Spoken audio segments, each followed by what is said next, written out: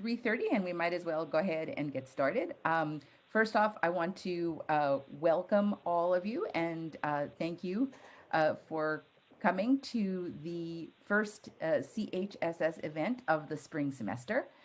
This event is a continuation of a couple of things that we were doing last semester, continuing our series of crisis and social change and making social change, and continuing the questions about politics in a time of crisis. So the goal of CHSS in general is to bring together scholars across departments and disciplines and centers, and to help show the way that the humanities and social sciences can contribute to sustaining our communities and solving critical social problems, especially in a time of crisis. And so our event today is an attempt to basically, from a historical perspective, figure out, well, what just happened in these elections of 2020, and think about where we are now, having gone through this rather tumultuous election season, and what might the next steps look like going forward. And so we have a very distinguished panel of historians who have all written about elections and political figures in one way or the other, in a variety of different ways. Our moderator will be Mark Kornbluh, who is the author of Why America Stopped Voting: The Decline of Participatory Democracy and the Emergence of Modern American Politics. A very critical topic for our discussion today. The panelists will be Tracy Campbell, who is the author of Deliver the Vote, A History of Election Fraud and American Political Tradition, and Short of the Glory, The Fall and Rise of Edward Pritchard, and other books as well, but those are the ones that are specifically about elections. Anastasia Curwood is the author of a much-awaited forthcoming book on Shirley Chisholm, who ran for president in 1972. And it's called Chisholm, The Life of an American Symbol. So again, I want to welcome our wonderful panelists. I want to welcome the audience, and I'll turn things over to Mark. Thanks so much, Karen. And maybe you could bring the perspective of a Russian historian to this topic as well. There's really so much to talk about. The political world has been transformed since November 3rd. When we originally thought about doing this panel, we planned to look back on the 2020 election. But in many ways, what's happened since has been as important as what happened on November 3rd. So we're historians, so we like to do things chronologically. So today we're gonna look at the elections first and talk about the Georgia runoffs, examine President Trump's rejection of the results and the invasion of the Capitol, and then look at where we stand today, what the division of the Republican Party, and then we'll all skate out on thin ice because historians hate to predict the future, but we'll talk about, what may be coming in the recent months. So let's get started. It seems a lifetime ago that the 2020 election occurred, but Tracy, why don't I start with you? What were your immediate takeaways? 10 weeks later, how does it feel to you? Does it feel the same? Has the interim changed your views? Things have changed because this is one election in which weeks afterwards are probably more important than the weeks leading up to it because of the events of January 6th. So I'm still trying to understand that as well. But looking at the election, Mark, your book was Why Americans Stopped Voting. Well, they voted on November 3rd, even in the midst of a pandemic, and it went off really without a hitch in most places. Comparatively speaking, Biden won a pretty easy election. When George W. Bush won, I did some homework. When Bush won 286 electoral votes in 2004, he said, I've got some political capital. I'm ready to spend it now. So Biden, it seems, has even more money to invest if that's the case. It's in terms of the popular vote, this is 7 out of 8 elections now that Democrats have won since 1992. One last thing about Biden, he won 51.4% of the popular vote.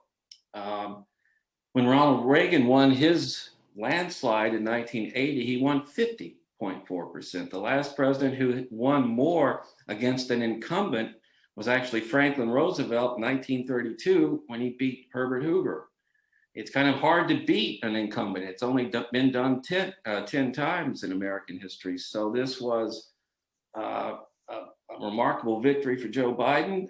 We, of course, found out a few weeks ago that the Senate will be split 50-50, which is enormously interesting. And it changes every hour about the dynamics of that. The House, the Republicans did rather well on the same ballot that they're not happy about when it comes to Biden. So those were my immediate takeaways. Anastasia? Yeah, first I want to say it's good to be here, and the title of my book has changed since my last bio was written. It is now Aim High, Shirley Chisholm and Black Feminist Power. So that's how the press has it right now. But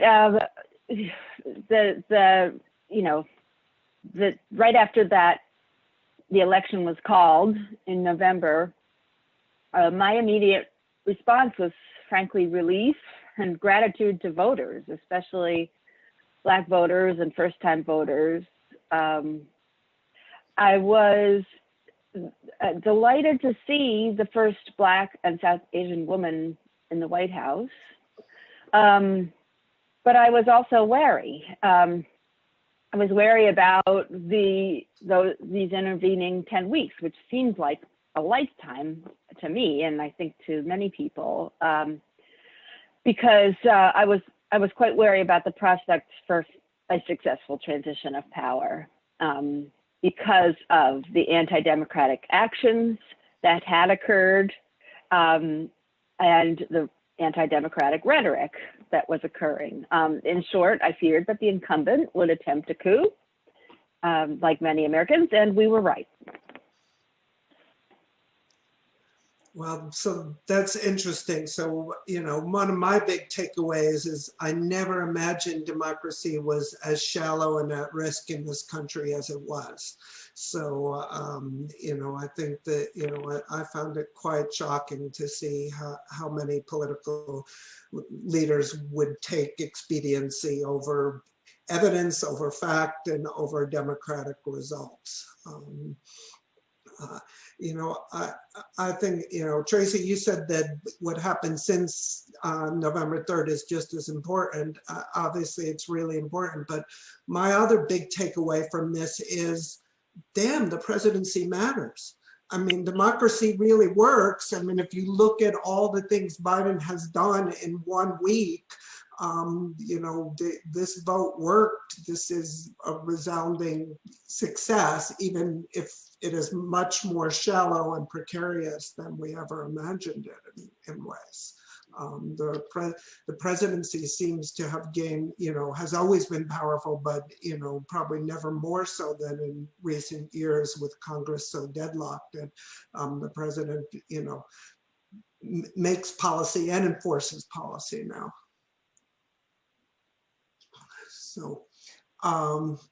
So how do we understand, what accounts for Biden's strong victory? I think Anastasia and I both agree with you, Tracy, that, that historically this is a really, really impressive victory in terms of percentages, in terms of, proportion of the country, in an electoral system that's stacked the other way in many cases. So how do we understand that? You want me to start? To me, this election was a referendum on Donald Trump. I don't know what else to say. To me, everything was colored by COVID, the crisis of COVID, and the kind of appalling reaction to COVID from a national standpoint since February and March.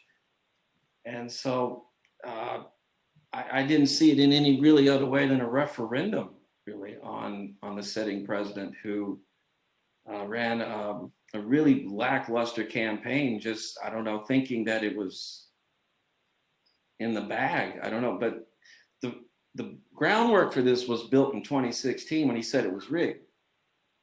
And he was kind of like Citizen Kane, who had two newspapers ready to go, either Kane wins or fraud at the polls, and he's covered both ways. And so when he won on election night in 2016, the whole notion of rigged went away. It was like, we're all good here. But if there is a nefarious group of people in some room somewhere rigging this, you would think that that would be kind of a national drive to find out who these people were and how they're doing it. Instead, and it's interesting to me, Mark, that elected officials who are elected are saying that this person is elected has certain credibility, but this person I don't recognize, even though they might be on the same ballot I was on, is a dangerous concept. As we've seen, this is not how democracy is supposed to work.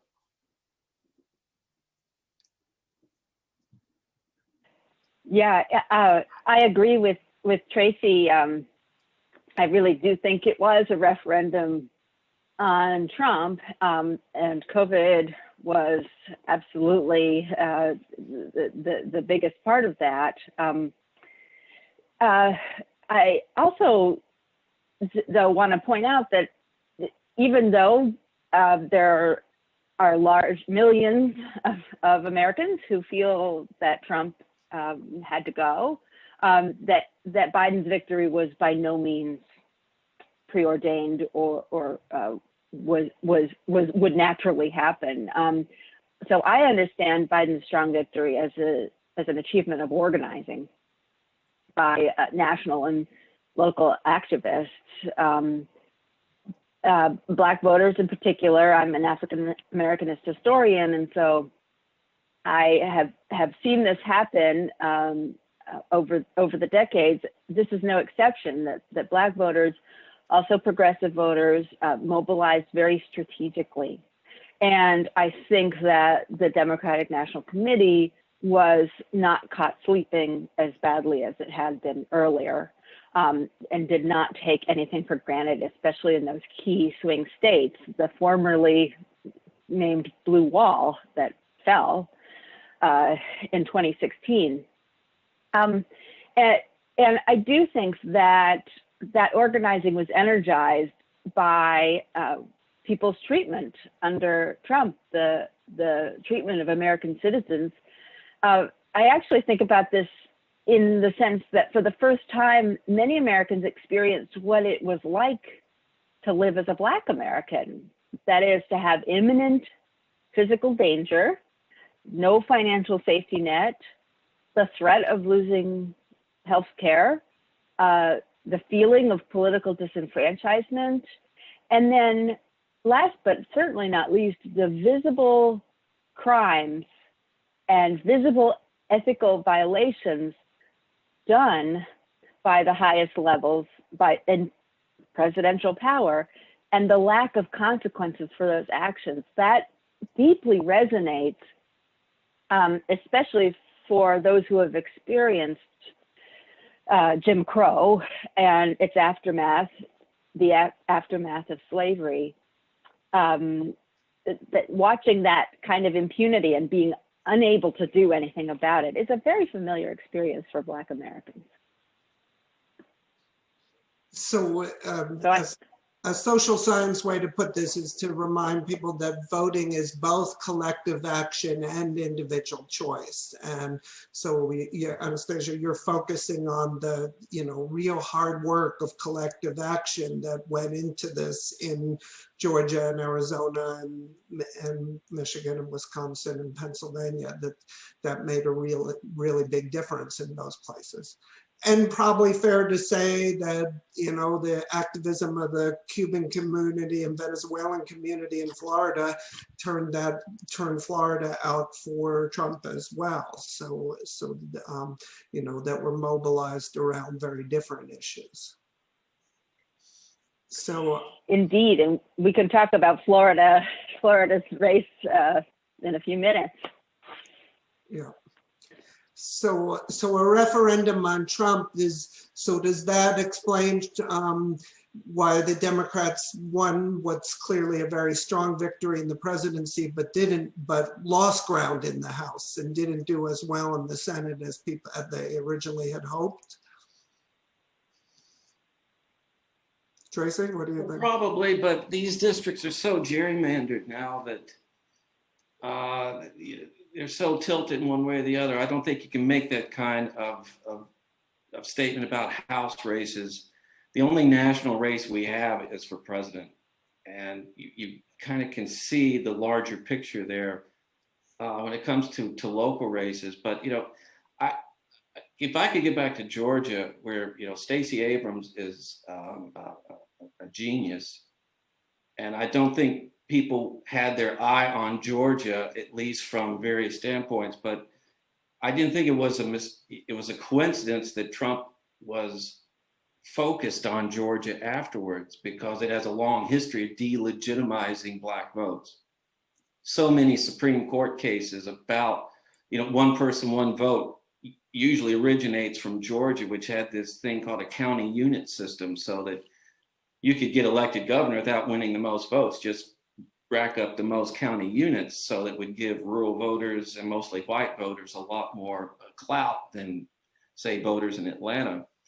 But to me, if there's one thing I did that historians have to do in looking at evidence, I have read Trump's speech that he gave on January 6th. Has anyone else done that? I mean, it's like an hour of your life you're not going to get back. But if this is the impeachable speech, I wanted to see what he said, and I might down the road make it required reading, since this probably is his defining speech, in which he says, if Mike Pence does the right thing, we win. If Mike Pence does the right thing, we win.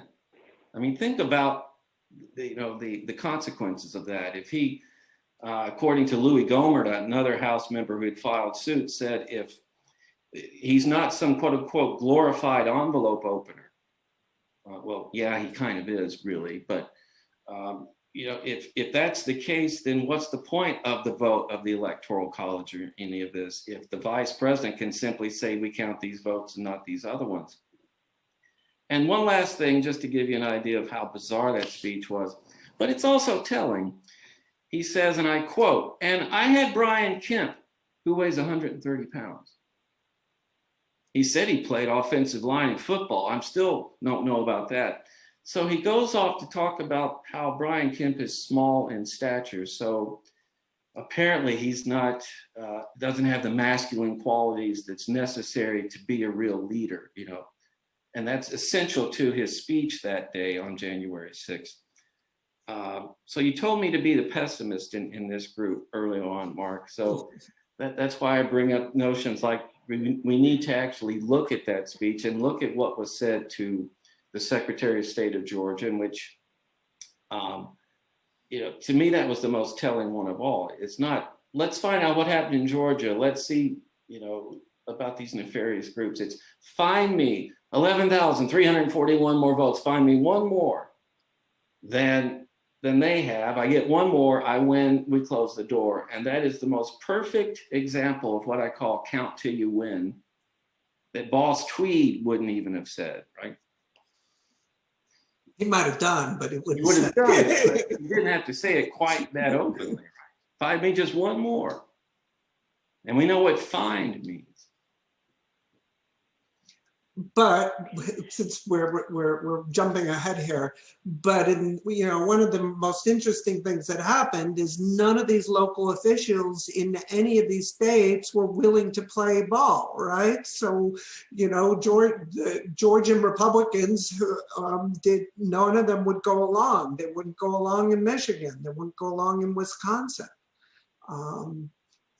So how do we understand that?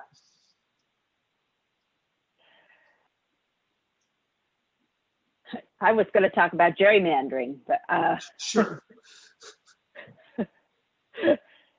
Yeah, I mean it's a good question, and I guess what I was thinking about in response to your original question dovetails with this a little bit, which is that while the question was about the House, why the House didn't do as well as the presidential election, and I absolutely agree that it's gerrymandering. But I also want to add that even though the lawlessness and criminality of Trump and abdication of the COVID issue of Trump really appeared to have been electorally a losing strategy for him.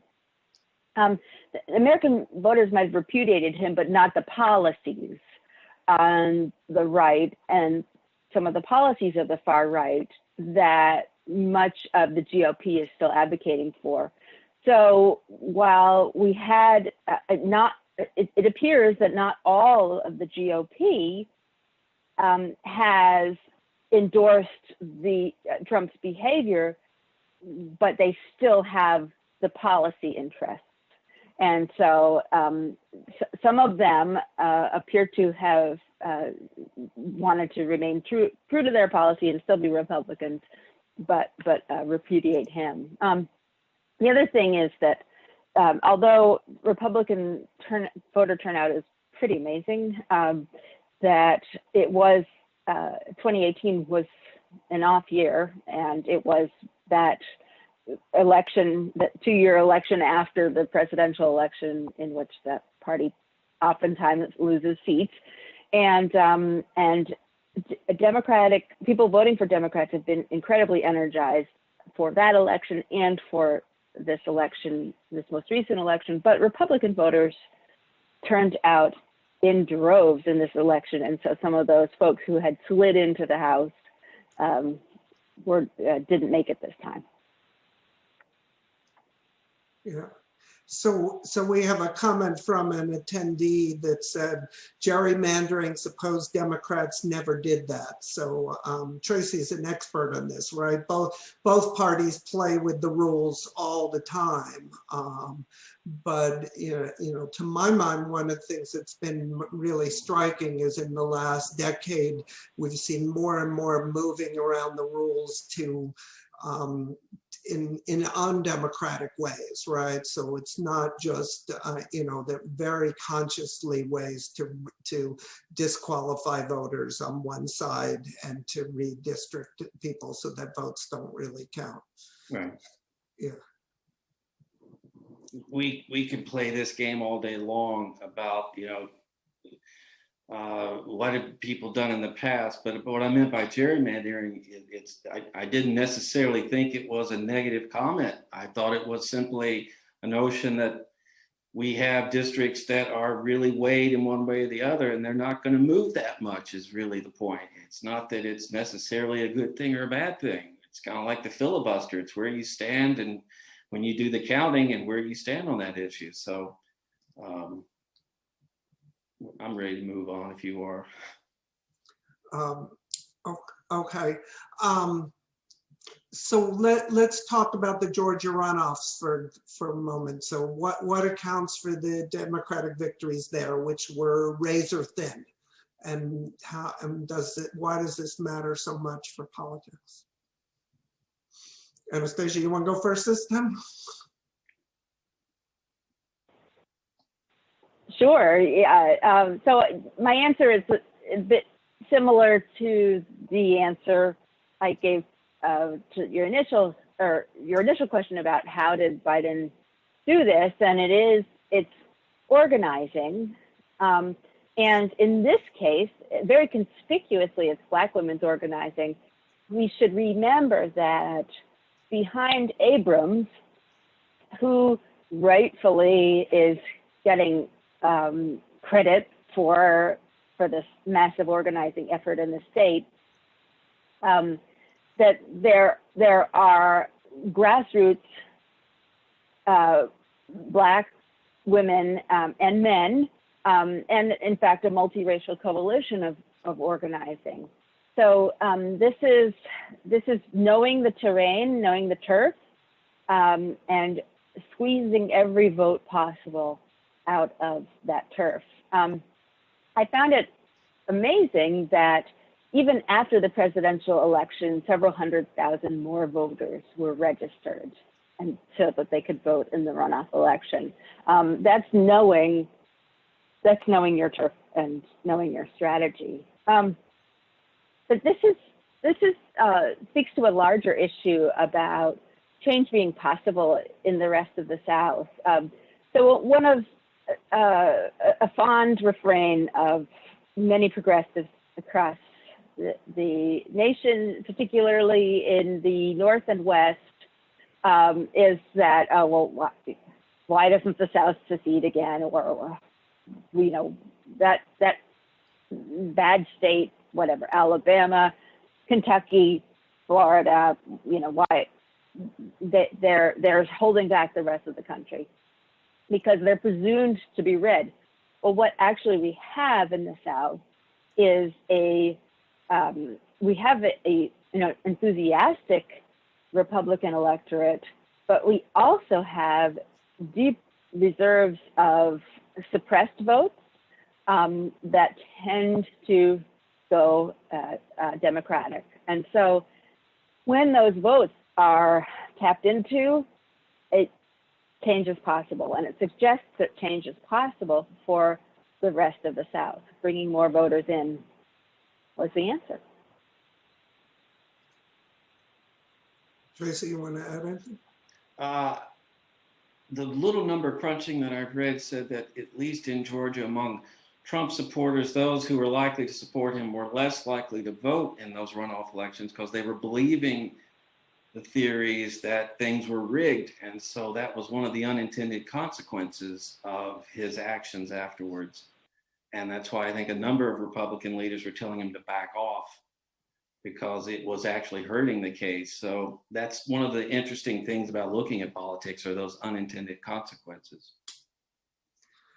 Yeah, and I think Mitch McConnell's response after as well reflects that he thought that Trump's attitude over this hurt the Republican Party. On the other hand, Georgia's had robust voter suppression, probably as much or more than any other state. So it took even more collective action to get those votes out than it would in Oregon, where you have election day voting and easy registration. So that the demographics of Georgia are changing. People are moving back down there, so collective action there was going up against a stiff wave, but was won a pretty solid victory. Warnock's victory in particular.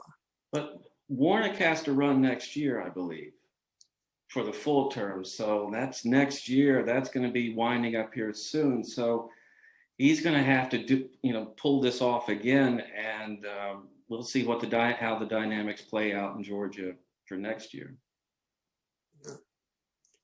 So I didn't have this down as a question, but I'm going to catch you off guard here. So if there was lots of change in Georgia, there was very little change in Texas. We might leave Florida aside because the demographics are more unusual there, but in Texas and other places, the Democrats thought there would be change. Do you have an explanation for that? No, but I know Anastasia does. This is not my, I do not have the statistics in front of me, but I do want to acknowledge, actually, I think that there's a common thread through Florida and Texas and Arizona, which is Latinx voters. And there is, in Florida, yes, the expatriate community is organized, but I think we did underestimate, and I think we are underestimating the effects of Spanish language outreach to Latinx voters. There is a very robust platform that RT has set up, the Spanish language RT, that Latinx voters are paying attention to. And it's, I think, because so many of us don't read Spanish, we might not notice, oh, did you see this on this website? There's this disinformation occurring here. But I think Spanish language disinformation is a real problem, and so I think that it's the demographics and the targets for propaganda that we are seeing in those states. So Tracy alluded to before sort of the machismo part of Trump's speech and talking about bigger and smaller and a very masculine language. And you know, the polls, the polling that took place on election day showed, I believe, the largest gender gap among Latinx voters, larger than among white and among Black voters as well. And so, but, you know, the Times has had several articles, you know, focusing on sort of the masculine nature of the Republican appeal and Trump's appeal as part of this story as well. Go on. I was going to say, yeah. The joys of Zoom. Yeah, I think that the GOP had, but also Russian propagandists have identified Latinx voters, and especially given some of that history in Venezuela and in Cuba, I think that resonates. There are messages that resonate about fears of regime change and that we need to watch out for. Before we leave Georgia completely, our colleague, Professor White, asked, do you think that the WNBA support for Reverend Warnock had an impact on the runoff?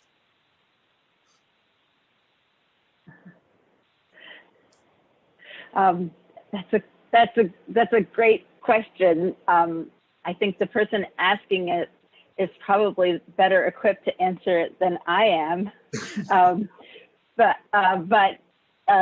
Yeah, I think Warnock himself was a really good candidate, frankly. Being the pastor as he is of Ebenezer Baptist Church, being a gifted politician and speaker, but I think that WNBA adds some cool factor to his candidacy. So, but if he wasn't such a good candidate, I don't know if they would have done that anyway. That's my answer. Well, didn't Loeffler also own part of the team? And yes, yes. Right. Okay, that's what I thought. Okay.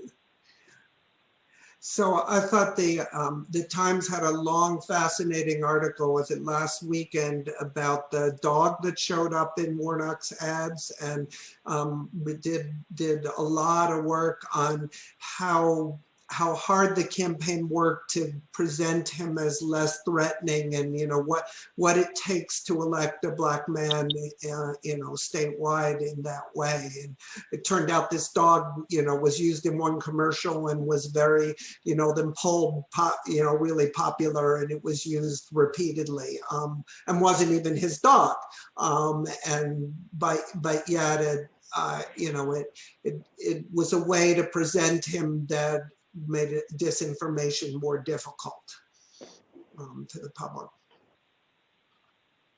All right, well, let's move on. So what about what about so many people refusing to accept the results of the election? Why we understand why Trump did this. Why did so many people, did they really believe him? Why did they believe him? You want to go first, Tracy? Okay. Like I said, in 2016, he kind of laid the groundwork for this, that if I lose, it's not legit. And quite frankly, I don't know how many people really think that. Or it's just cover for they're not happy with the results. Which, you know, I think Coach Cal ought to say, I don't know why people are criticizing me. We're undefeated. And we've won every game. And, you know, I know there are some people who say that they didn't, but we say they did. I think we got to look at both sides here, right? because I think they're undefeated. That's a little absurd, but really, is it? Considering that, federal judges looked at this from every angle. If there had been any evidence, they might have seized it, but one said that the whole point was risible. I had to look that up to see if it's what I thought it meant, and it was that it's laughable. And we've got plenty of history of stealing votes, of vote suppression, of more people voting in precincts than existed in them, and none of that happened here. So I'm not sure it's the fact that they refused to accept the fact that they lost as much as something deeper. And that, so when you say stop the steal, what is being stolen? What is, this sense of being entitled to, whether it's the presidency or something else, is actually there underneath it all. And that is really, to me, the story of this whole thing. I think that's right, Tracy. So Trump is a successfhave demagogue, and what he does, and this is the scholars of demagoguery have been saying this. So he presents complex problems as having simple solutions that are reducible to a tweet. He demonizes the political opposition, and he easily used our native brand of racism to generate and energize his base. And that he not only had help from the political party apparatus, but help from disinformation. So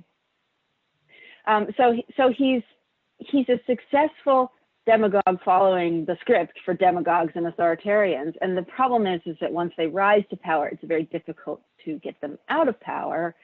And I mean, he left it all on the floor. He fought hard to stay in power. And as for voters, for better or for worse, they saw his presidency as the answer to their troubles. Like Tracy says, it's who they wanted to win. And I think the elephant in the room is some of the troubles are real, such as economic disempowerment, but some of them are not, such as a threat from Black and brown people. This is important for us to remember as a democracy, that we are a fairly young democracy. If you think about the true moment of us becoming a true constitutional democracy was the passage of the Voting Rights Act in 1965. So prior to that point, we had this widespread disenfranchisement, and the rule of law did not apply in the lives of so many of Americans, especially Black Americans. And then at this point in 2020 or 2021, the Voting Rights Act is nominally still in force, but key provisions have been weakened. And so the bottom line is that we don't actually have an affirmative right to vote in the United States. We only have reasons that people cannot be prohibited from voting. That's an important difference. So it's important for us to think about the fragility of the franchise in this country and the newness of real democracy in this country. And when you think about it that way, it's not so surprising that so many Americans were rooting for an undemocratic result. I know someone who worked in the Capitol, who worked in the U.S. Senate Historical Office, which is outside of the Capitol, but inside the Capitol there were some displays, and two things that were destroyed on January 6th was a portrait of John Lewis and an exhibit on woman suffrage marking the centenary of it. Those two things were destroyed, which is more than symbolic, I think, to back up what you were saying, Anastasia. Yeah, Wow. I was, I think you're right on the nose here, Anastasia, to talk about the importance of suffrage and the 65 Voting Rights Act. But I guess what you're saying leads me maybe to disagree with you, Tracy, a little bit. I mean, maybe I have more time than both of you right now. I watched a lot of these interviews of these people who are inside the Capitol and read a lot of the stories about them. They really believed that this election was stolen.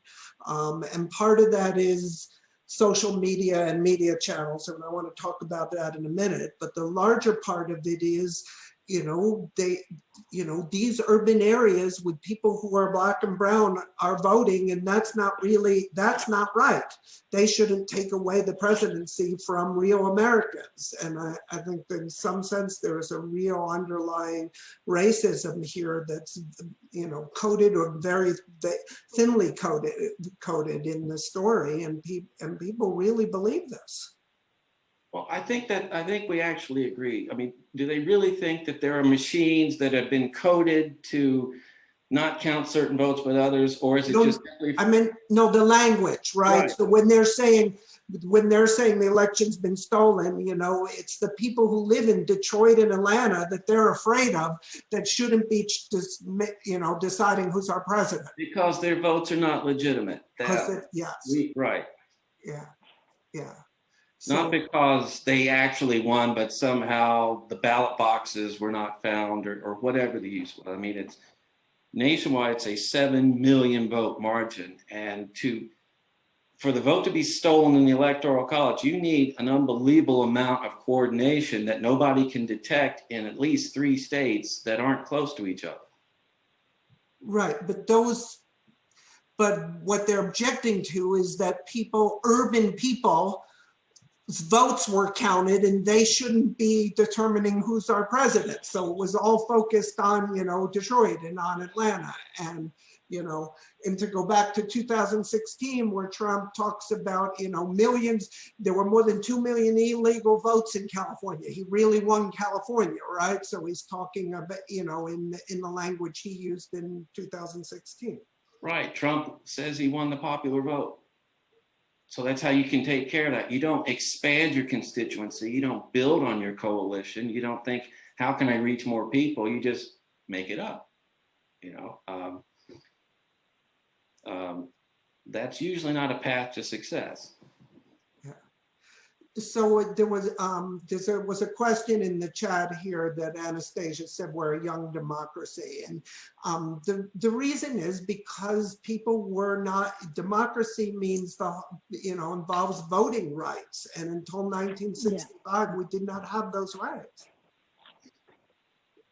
Large portions of the American population were denied the right to vote over the course of American history. We were born as a republic, not as a democracy. And it's not through, it's through the 13th Amendment and through women's suffrage, and then ultimately the 1965 Voting Rights Act that people fully gained the right to vote.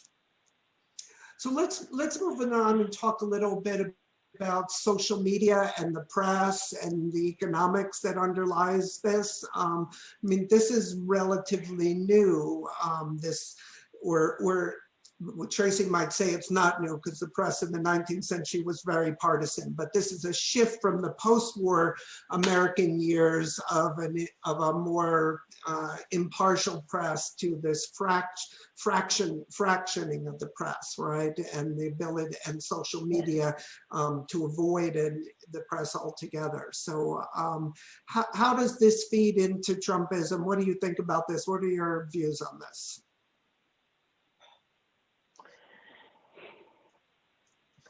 Well, I can speak. I see I'm muted here. My response to the press is often similar to my response to frustrating papers from my students.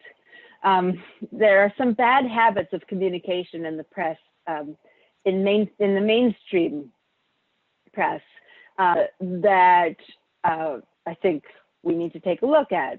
So some of those bad habits are both sidesism. That is the idea that there are bad things on both sides, and both sides have some good. Sometimes both sides are not parallel or congruent, and you can't do that. The media is very much afraid of being called liberally biased, and so the fear of liberal bias sends media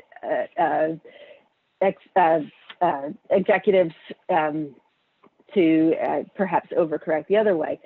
Thoughtless shorthand. Sometimes there are ways of referring to events, trends that really do a disservice in terms of conveying the truth, and that they're habits of the press, the language that the press uses, but it actually is not accurate. And all of these things are balance and form valued over truth and function.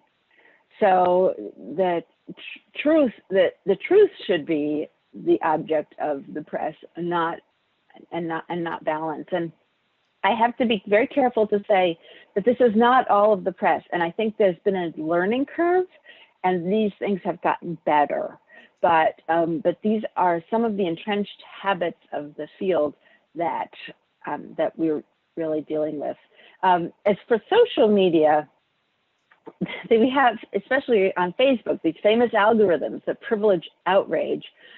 We have billionaires in charge of the dissemination of information, and this big problem that misinformation gets the same weight, or sometimes more weight, than the truth. So those are some of the problems with media. Yeah, as you might know, I've been teaching this course on misinformation, and one of the exercises is to take a conspiracy theory. I don't care if it's, the polio vaccine or the moon landing or anything associated with COVID. And I would have students go and find the conspiracy theory and then find either the scientific or something else to try to refute it. And almost always they would say that the conspiracy theory is a lot easier to find. That they had to do a lot of digging to try and get at the reality of the situation. So it's out there. And, at least one of the things I did, I got 2 students to get off social media last semester, which I thought was the greatest triumph of my life. I hope they're still off of it, but I bet they feel a lot better, after trying to get the information on their own. I mean, that's the whole point of a university, is to try and find the best available facts and not listen to what your friends are telling you necessarily on Facebook. So, I mean, one of the best examples of this is the misinformation about vaccines and vaccines causing autism, right? So we know exactly where that started. The lawyer and doctors who conspired in Britain and were ultimately convicted and went to jail over this, and it was, to make money in a lawsuit. So the origins of this are really clear and have been adjudicated by court. And yet, the anti-vaccine movement continues to thrive through social media channels and across the world in interesting ways. So part of the story of American politics through the last 4 years is that Trump dominated the news cycle, right? He used these social media tools very effectively. And in the wake of what happened in the Capitol, Google and Amazon and Facebook turned around and said, no more, you can't use our tools anymore. What do you think about this? Is this you're worried about threats to free speech? Do you think it's important to that corporations should police anti-democratic speech and truth like this?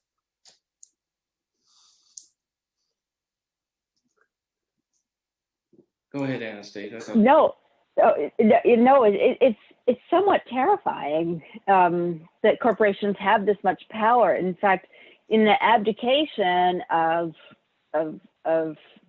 some of these basic functions of government, corporations have stepped in. And the problem is that social media companies are private media companies. They can take or leave customers as they wish. They can turn things on and shut them off. And so, you know, it's deeply problematic.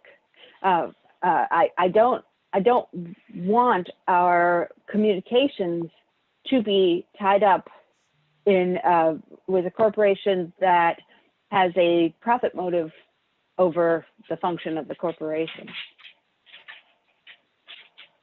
Yeah, I would agree. And of course, we have the marketplace of ideas, as John F. Kennedy called them, and that it's everybody's responsibility to try and weigh that information that you get. We're deluged with it.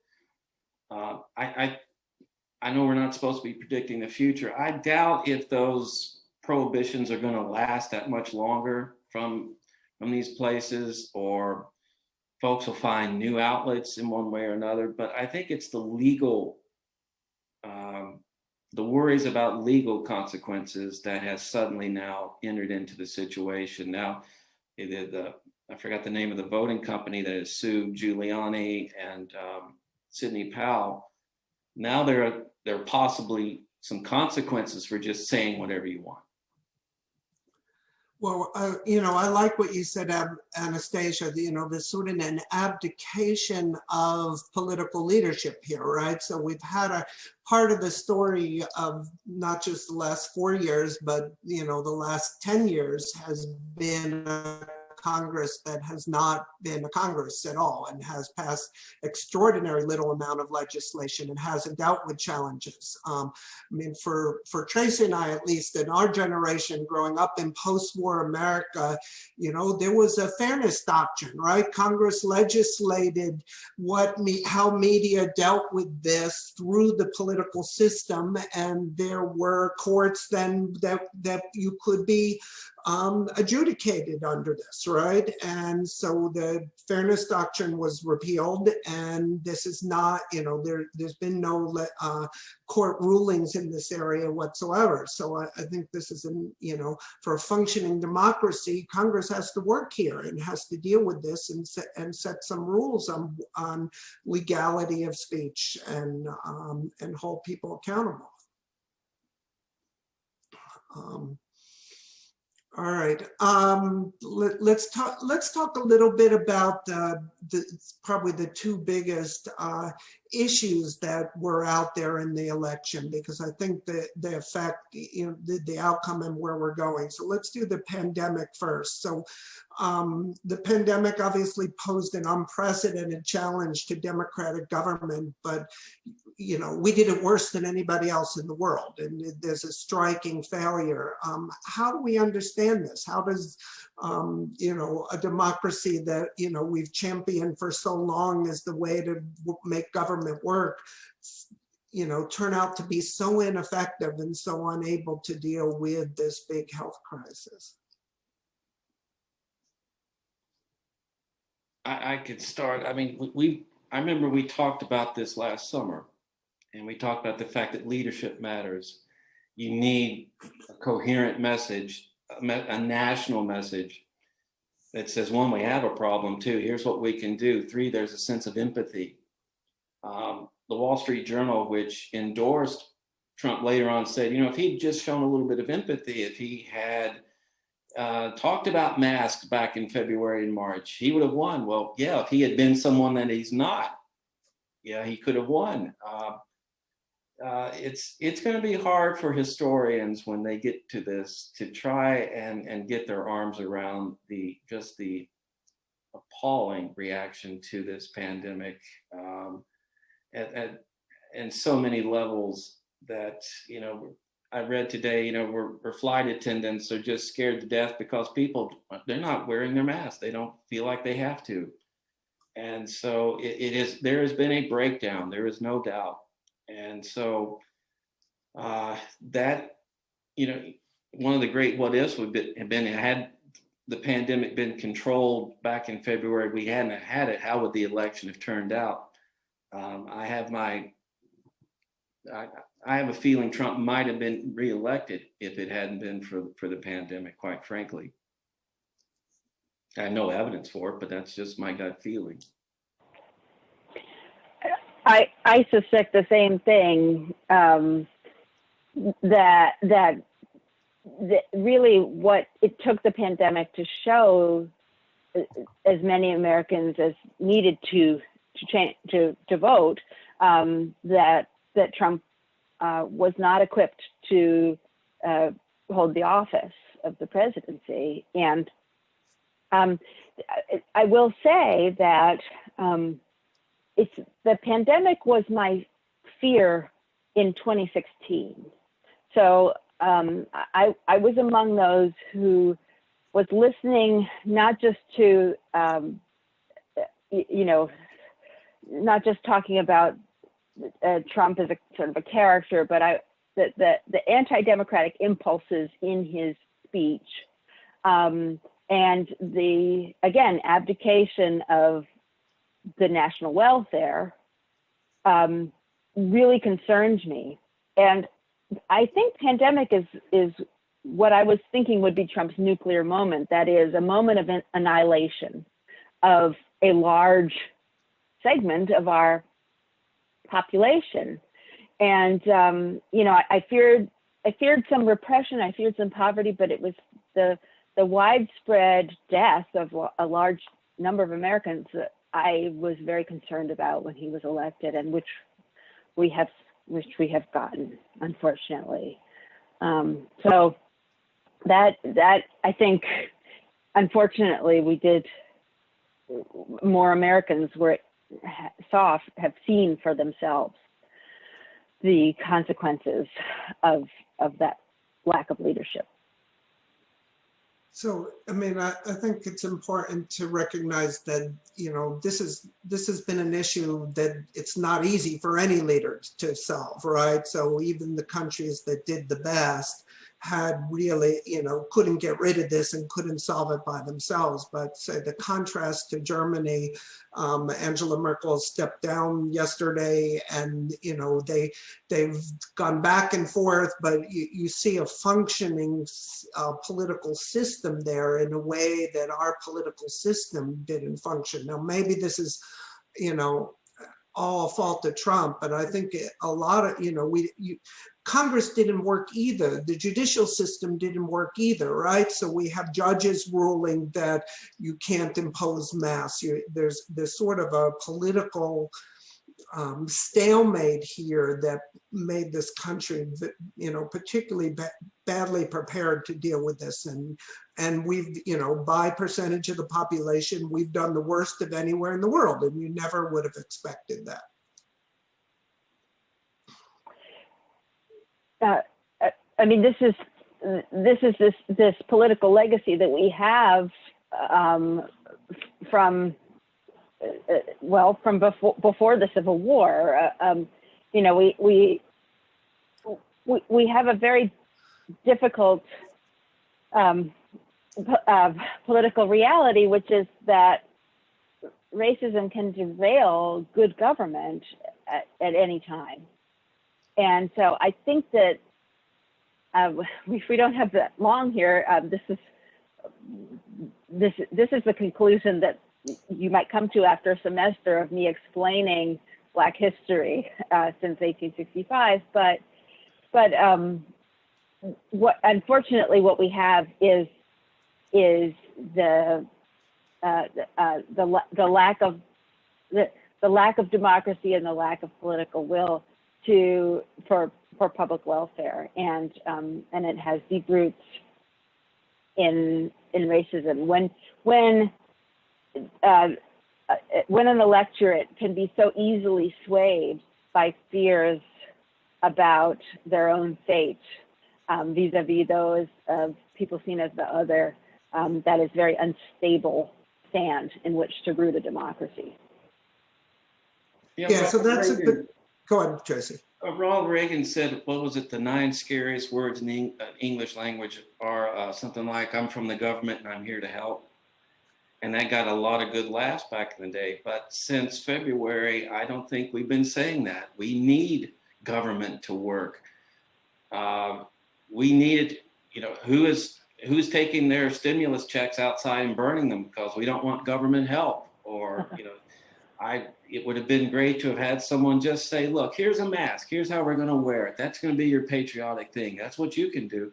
It doesn't take that much. And it doesn't take that much to show just a little bit of empathy for people who are struggling in so many ways. I mean, we all know this, but it was really kind of low-hanging fruit for an effective politician or a shrewd one or a deal-making businessman. And in reality, what a crisis does is it exposes and reveals people for who they really are.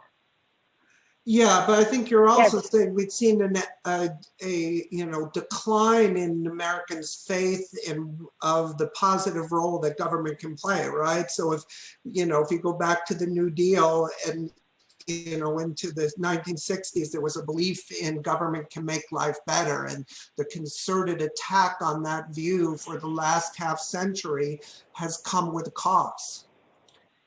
Well, let's keep on the topic that Anastasia raised, because the other major political issue in this year was the Black Lives Matter protests, right, and the police violence. So how did that play out in the election? How did that change our political world, do you think?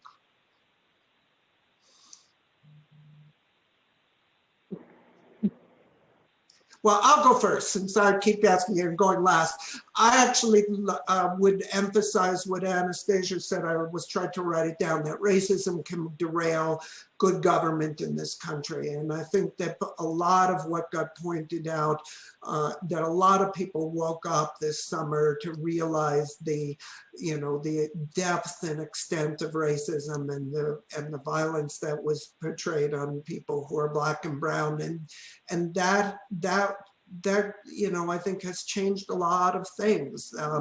In the vote, it probably mobilized voters right and left, and both for Trump and for Biden. But I think in some sense it has changed the agenda for the Biden administration. It's striking to see the new administration talk about equity and talk about fighting racism on its first couple days in a way that the Obama administration never did. And because the Black Lives Matter movement really exposed things. I taught a class of 200 students this fall, and they read Ta-Nehisi Coates, and when they put themselves in the shoes of understanding what it was like to grow up young and grow up as a person of color and be afraid of the police in their country. And almost the vast range of students from the entire political spectrum felt that's not what America is supposed to be. And it was a really interesting experience. Yeah, I mean, that's what I would, the short answer of what I would say would be that it, on the one hand, mobilized millions of voters for Republicans and for Trump, but it also energized Democratic voters. I think that we're at a moment that it is an inflection point, or it's a potential inflection point. Unless we have major policy results in public life, it won't be an inflection point. But ironically, as Mark was saying, Biden has a bit more of an opening than Obama did in terms of anti-racist policy. So Obama had to walk a very fine line. And I mean, I think we can all remember when he was criticized for calling the police officer in Cambridge, Massachusetts, who wouldn't let Henry Louis Gates into his house, stupid. He said his action was stupid, and that was a scandal that Obama said such a thing. How could he say something so divisive? And I think we are seeing some shift in the idea that it's worse to be racist than it is to falsely call somebody racist. For years, the opposite was the case. But we're on the cusp. It could be an inflection point, or it could not be, depending on what happens next. Yeah, I would agree. Biden does have some opportunities. That's what a crisis sometimes does.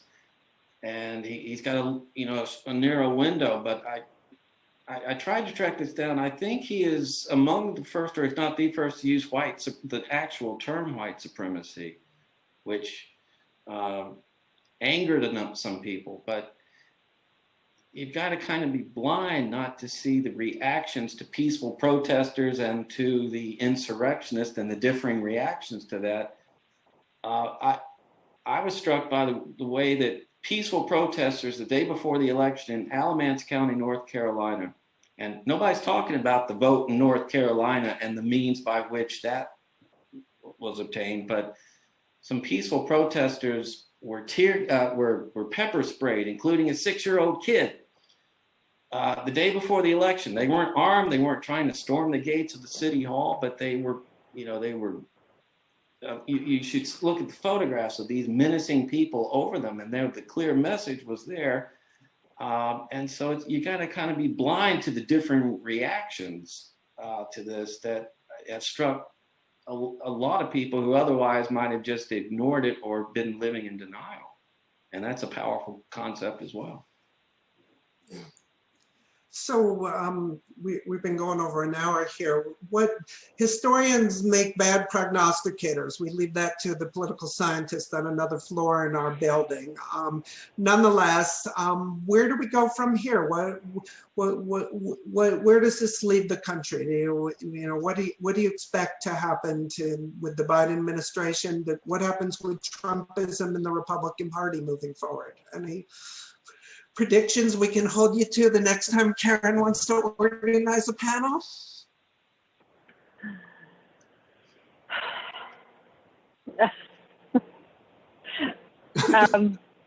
Okay.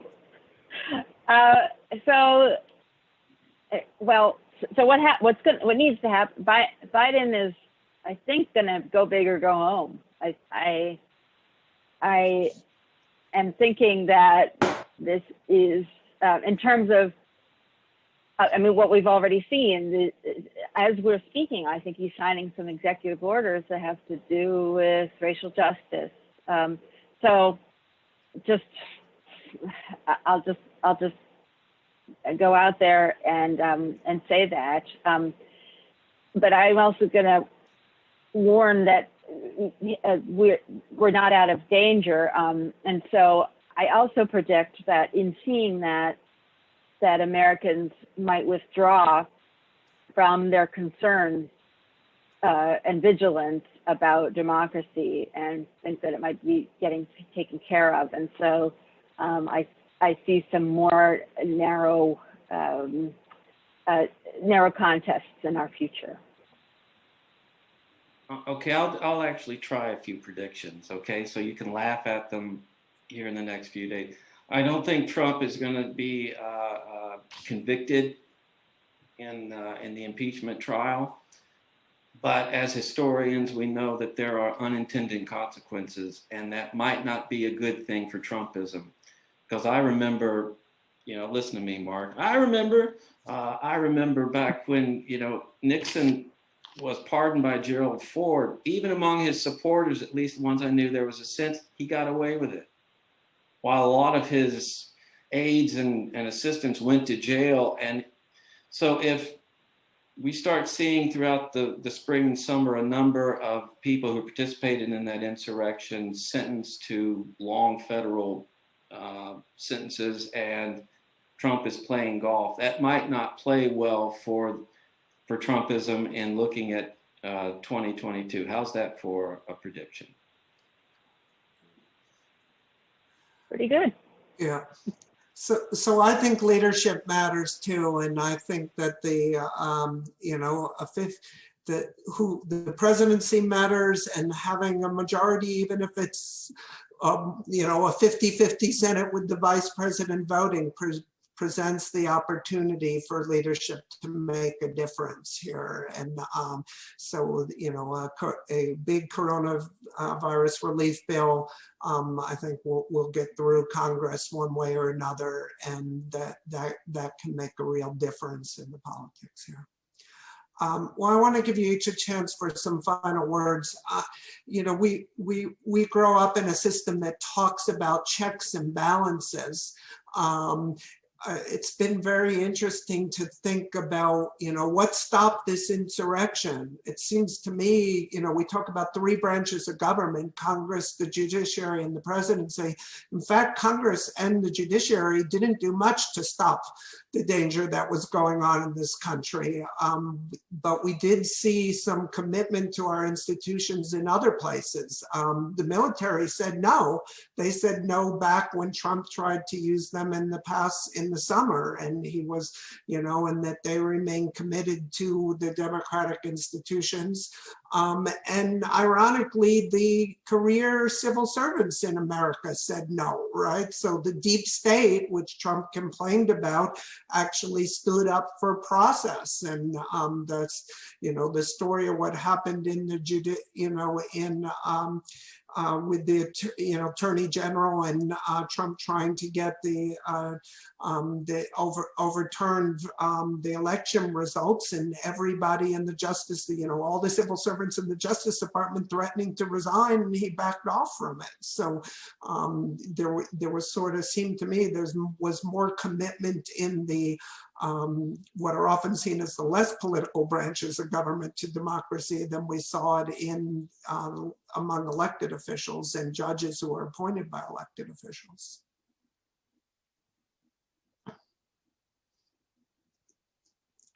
Quickly, I know we don't have a lot of time. I'd say we were talking about the opportunities offered to Joe Biden. We haven't had someone who is as experienced and as knowledgeable about the inner workings, say, of legislation and of where the bodies are buried and how the process works, and loves it as much, maybe since Lyndon Johnson. And so he's kind of the anti-Trump in that way. He believes in the, you know, the foundations of government.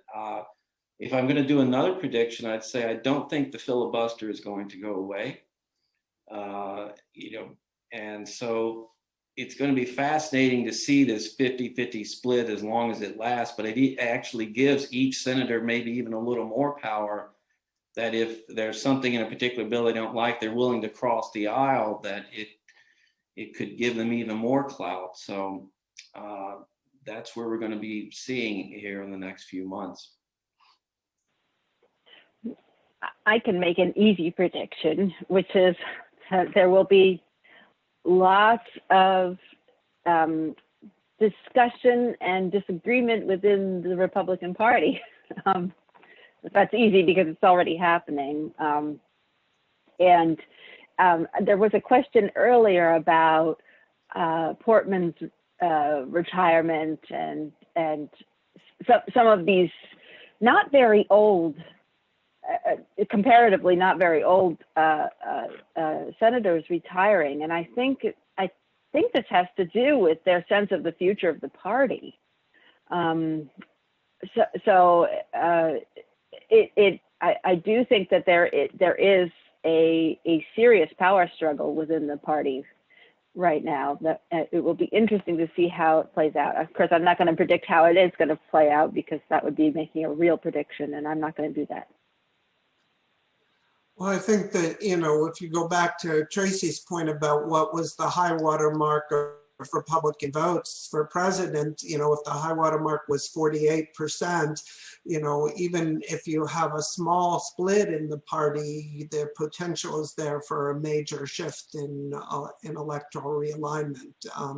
This is a volatile time for electoral politics, and you know, it's clear that moderate or institutional Republicans fear being primaried from the right, and yet they're uncomfortable with what they're being asked to do. I mean, it was pretty striking that the only Kentucky congressman who voted for the to investigate the election was Hal Rogers, who's seen as a more moderate institutional Republican and was thus vulnerable from the right.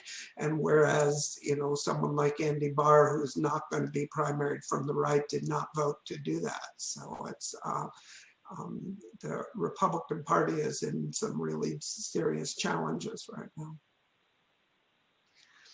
Tracy, do you have more predictions, or that's your list?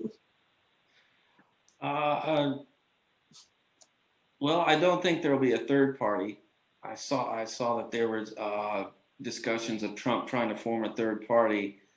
I think he better think twice about that. I don't know about you, but first of all, that would require real work, real organizing, and might want to think about that. But I think both parties are having kind of a defining moment, and so even though Democrats control Congress, it's razor thin. It can change. The Senate could change with one senator getting sick, having to resign for something.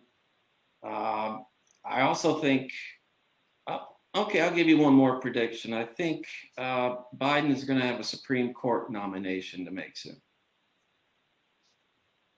I think I need my own talk show. I mean, predictions for the night, right? But I think pressure will be on Justice Breyer to think about this as an opportunity and to step aside. All right. I agree. Any final words? Anastasia?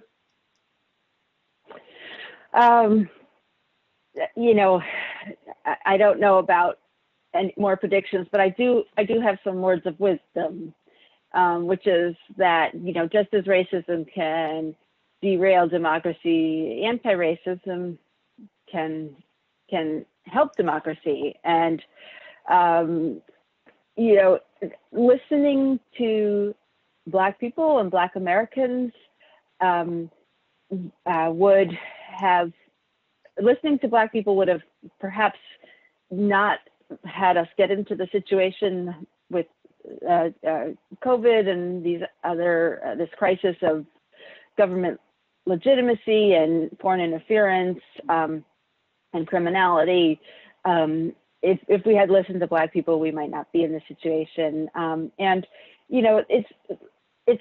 especially Black women, we're pragmatic voters, and our self-interest actually aligns with the interest of most Americans,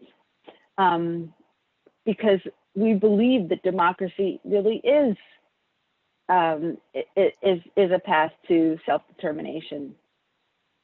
Black people are canaries in the coal mine, and I think that our perspective really is an archetypal one for the American polity. So listen to Black people.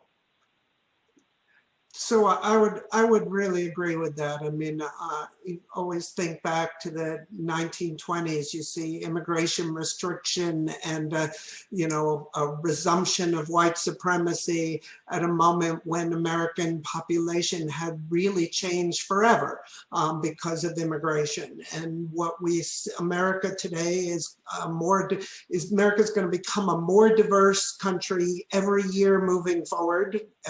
Peoples from all over the world, more peoples of color. That sets the agenda that we really need to move beyond racism and address it, and we need political leadership to do that. So I think it's really exciting to see Biden willing to put that up there with climate change and the coronavirus, and understanding how important that is for the future of democracy in this country. Yeah, very quickly, when a lot of this was happening, I kept thinking about a conversation Lyndon Johnson had with George Wallace when they were discussing school integration and Wallace wouldn't move. And Lyndon finally said, George, there's going to be a monument to you one day. Do you want to say George Wallace he built, or George Wallace he hated? And I was thinking about that a lot, really, in the aftermath of the 2020 election. All right, Karen, I'll turn it over to you to finish up. So I want to thank everybody for a very stimulating conversation. Thank you so much. It was really fascinating. And I think there's a lot of hunger for this kind of conversation. And so indeed, maybe we will have you all back periodically to check in and see what's going on. I want to thank our audience for their comments, for their questions, and for attending our panel. Thank you so much. And this will be available on video reproduction in a few days on the CHSS website. Please check out the CHSS website for other events this spring. And thank you all. Have a great day.